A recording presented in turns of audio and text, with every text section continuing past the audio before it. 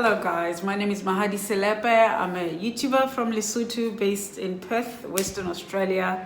Thank you for coming to my channel. Welcome. Today I'm with a couple that's just gonna tell us a little bit about themselves, Yvette and Nelson. Sit back, relax and enjoy. Welcome Yvette and Nelson.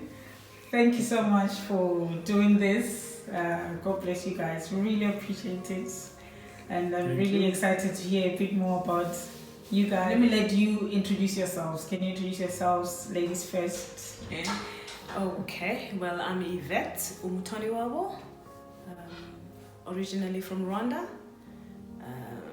partly from South Africa, and now living in Australia. Okay. What do you mean when you say partly from South Africa? So we lived in South Africa I lived in South Africa for 13 years.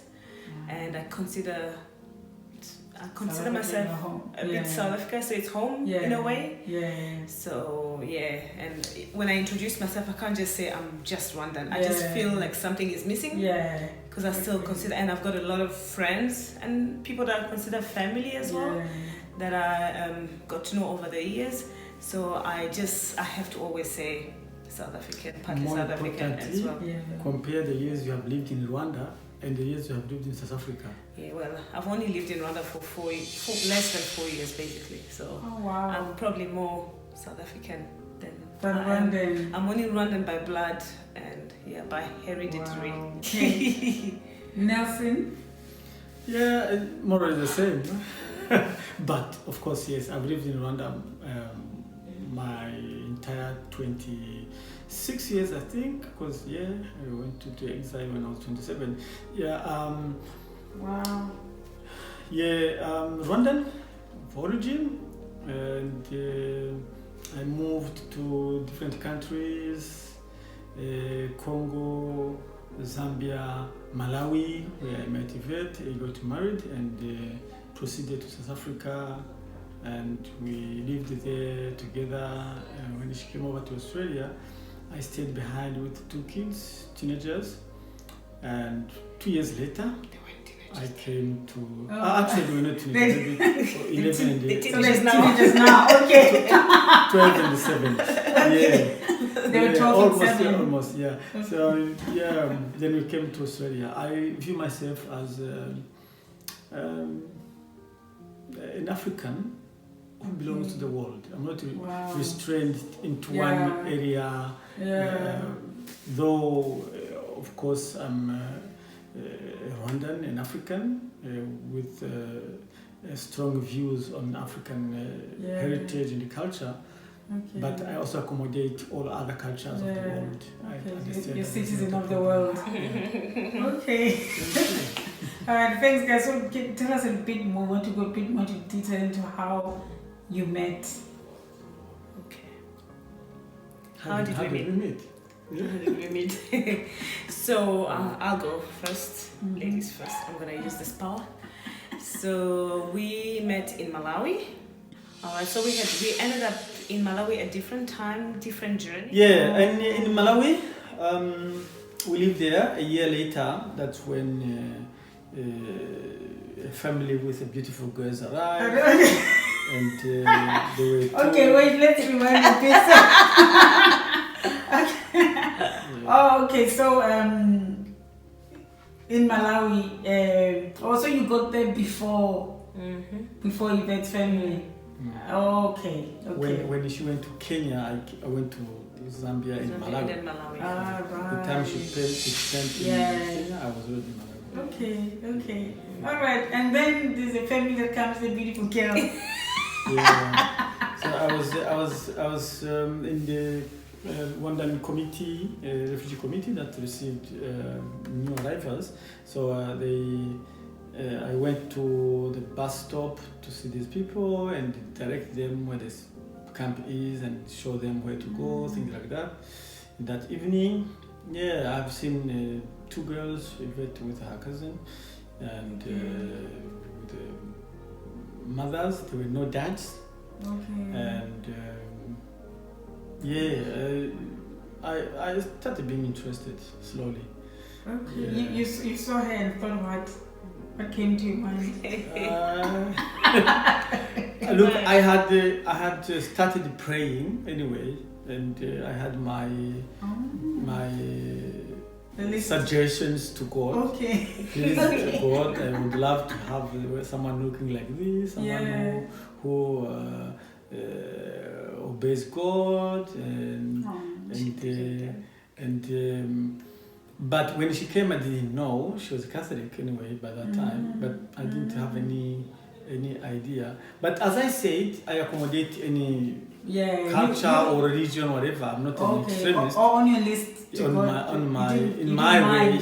You didn't mind where she's as from. long as you are a God-fearing person, no matter what the church is. Okay. That's what I had in my mind. And by the way, this was in desperation because we really didn't know that we are going to live peacefully again. Because the whole world was just watching people killed in Rwanda and then watching refugees killed in Congo. So there was no really hope. So I wanted to have a partner in this journey. Before you die. Yeah, that's how it was. Oh. Yeah, and little by little, I find this is a loving family. You go there, they give you a cup of tea. You visit regularly, and then I find, this girl is actually young. Yeah. And she knows a lot of things, and the friendship started slowly. Yeah. And luckily, someone in the camp introduced her to Adventist church, and she explored this and found that it is different from the Catholic church. She loved the place. We had so many friends. And we met in Adventist youth, and we kept chatting every time when we finished. We chat, going back home together, the camp, and it started growing like that. Yeah. Yeah. Oh, so you mentioned this girl is young. How young was she? She almost looked like she is now. She was very young. She was very young. In French, we use the word ravissant. Yeah, she was really gorgeous. Okay. Yeah. Oh, fresh. Yeah. Okay. That's gorgeous. Okay, Yvette. Okay, Yvette, for you, when you first saw, do you even remember when he was accommodating you guys? Do you remember? Yes. Okay, and what were your thoughts when you first saw him?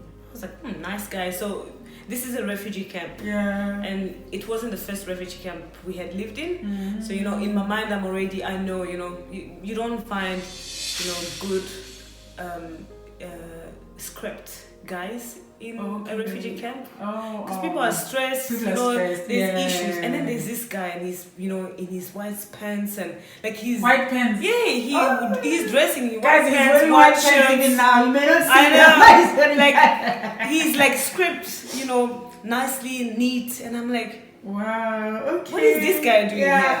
And as you say, he was in the community, he was part of the committee. So in the refugee camp, it wasn't just random, there were also other countries, people from other countries, but each committee had its committee member that would look after their newcomers.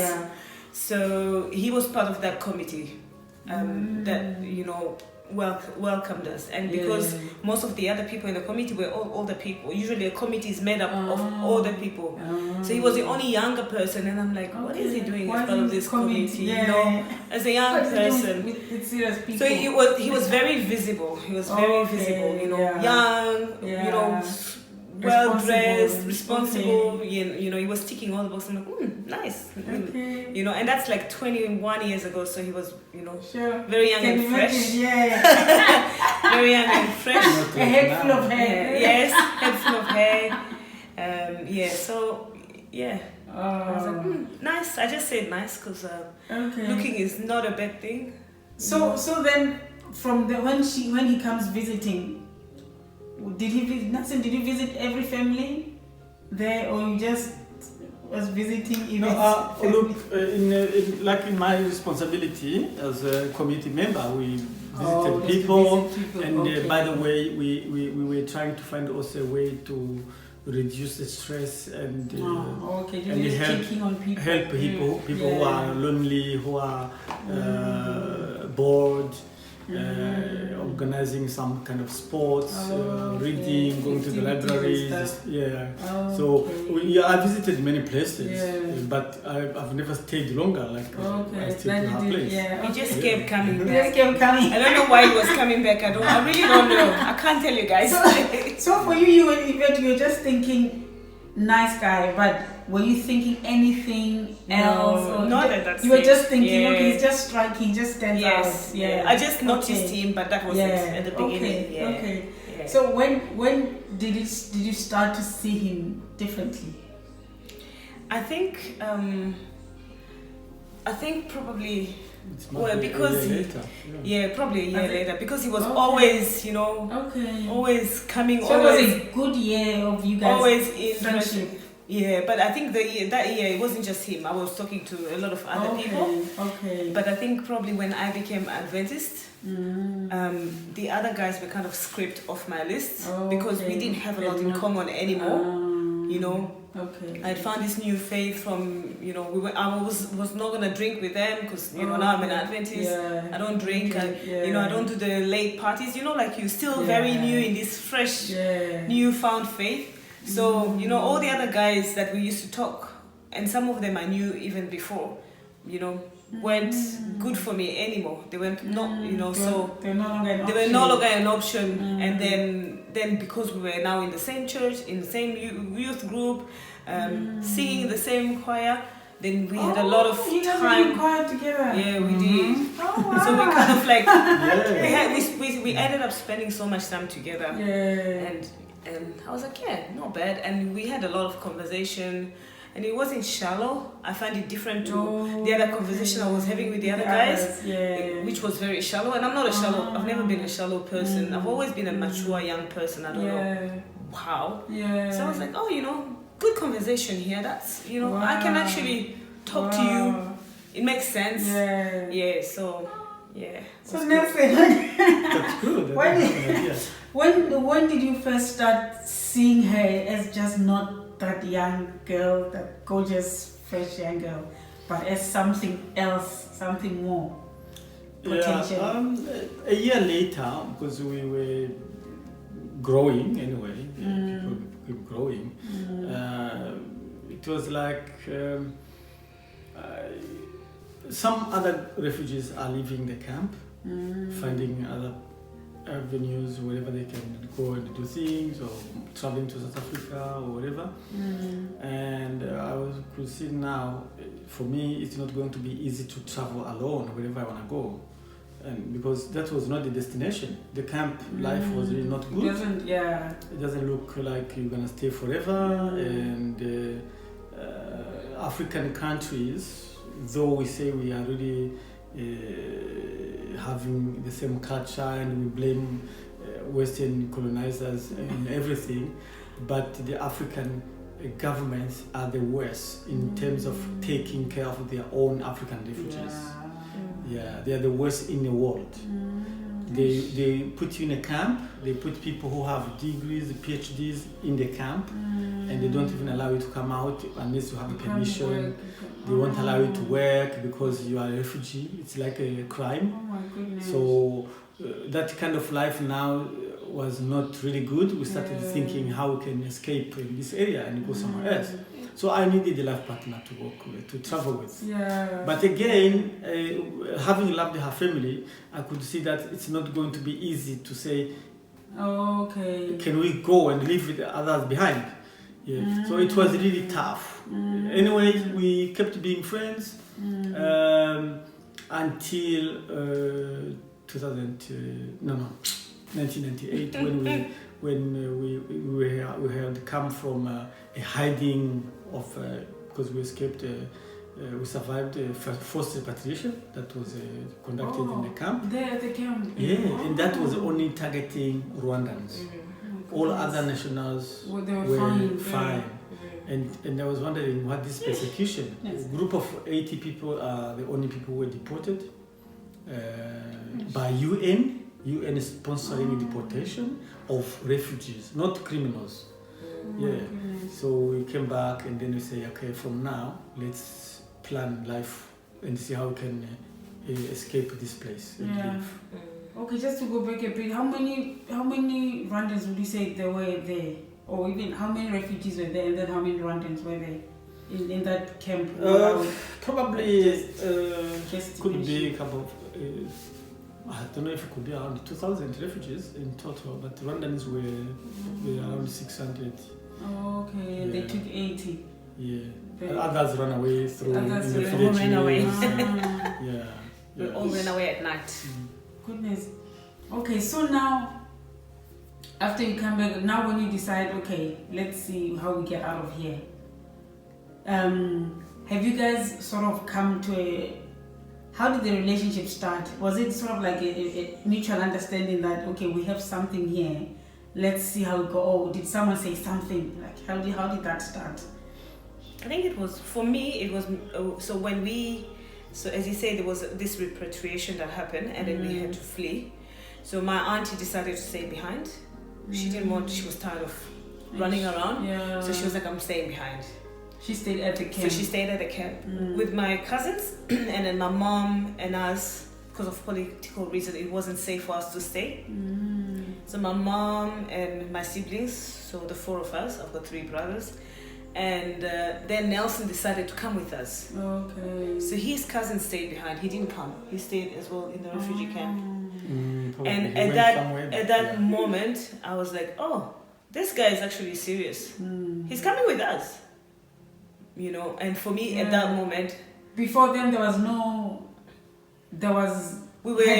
just friends. We were just pure friends. Yeah. Oh, friends, but friends, you know. Friends who are thinking, who are talking about the future. Where you know, it's not just your, just friends. Your everyday friend. It's friends, but I think in today's world, we're boyfriend and girlfriend type of thing. Yeah. Okay. I think we were probably getting there. Yeah. Okay.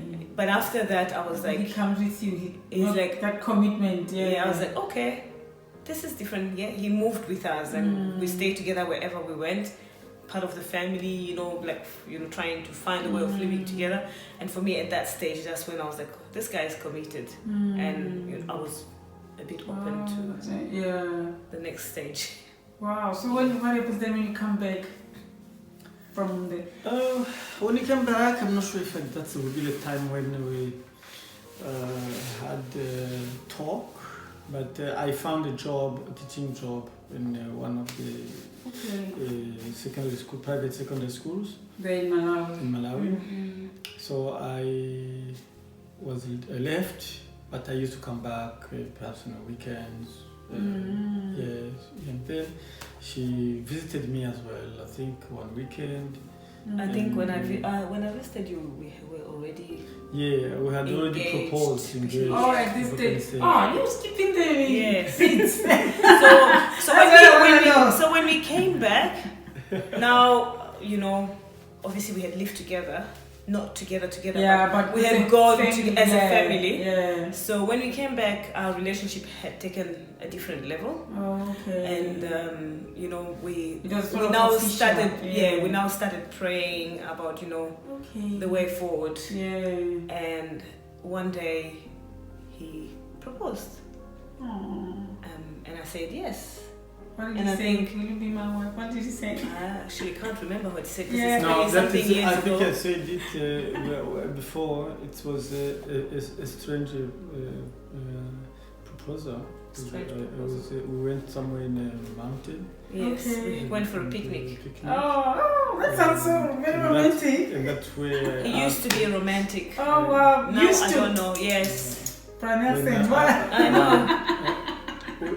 She doesn't have time. I don't have time. I have plenty of time. It's just not romantic. That's such a bad excuse. Yeah, so I asked, will you allow me to be part of your family? That was. That's how we asked. Listen to that.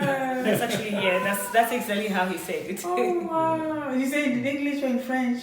In Kinyarwanda. No, in our mother tongue. So you guys speak the same language? Yes. Okay. In Rwanda, there's only one. In Rwanda, okay, that was my next question. Yes, vernacular is one. It's just one, yeah. Okay. And I have felt enough with her family, not her or alone. Yeah, with I can everybody. imagine you lived with them, you know, it's like And, you felt belonging. Everybody loved me and they still love me, so we were really good to stay together. Yeah. Oh, wow. And then, so you guys got married. When did you then get married after that? So A year later. yeah. In 99, 98. 98 or 98. 98. 9th of August 98, yeah. Sorry, when? 9th of August 98. That's how I remember it. 98. 98. Yes. So you were now still working. You're working at the private school. Yes. Oh, wonderful. He was, and then he would come back. He used to come back often because I was there. Obviously. Oh, so how was the wedding? You just signed, or you did? You made No, we had a wide wedding. We had a refugee wedding. We just borrow things and then put things You had together. a wedding at the refugee camp. In the refugee camp. It was the first But we wedding. didn't really spend money on buying new things or whatever. We didn't have that money. Anyway, the money had We couldn't have had money spent, anyway. and wasted in different things we went through.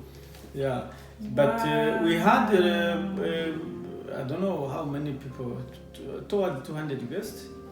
Yeah, almost the whole camp was there, and that was the first camp. Wedding in the camp. First wedding in the camp. Yeah. Like I can imagine how much it brought joy to people. You know what I mean? They still Because remember. everyone is there stressed. They still remember, and they took all our pictures. Wow. But they were all involved, you know, like we had different communities doing things. Doing different things. Yeah, Make sure everyone's involved. It's not just a random wedding. No.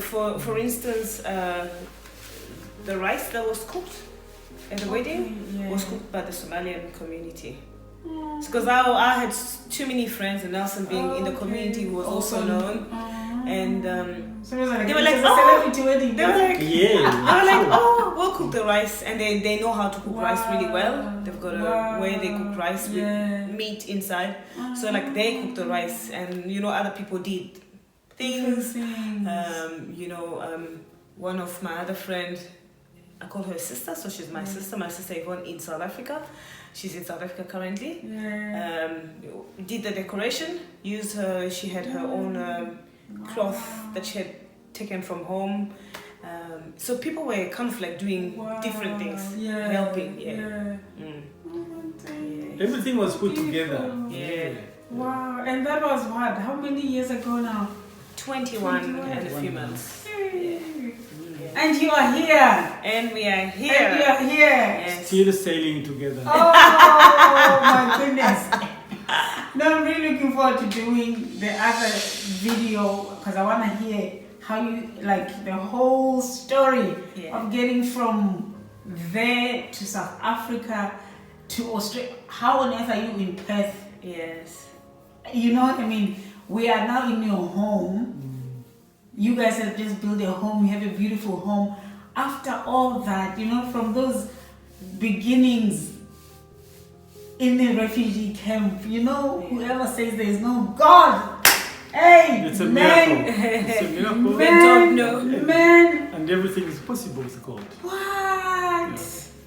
No, guys, that was a true blessing. True blessing. Thank you so much for sharing about your life, about your story, and your love story. It's a beautiful one. It's a unique one. God be praised. Thank you, guys. Amen. Thank you. Amen. God bless you.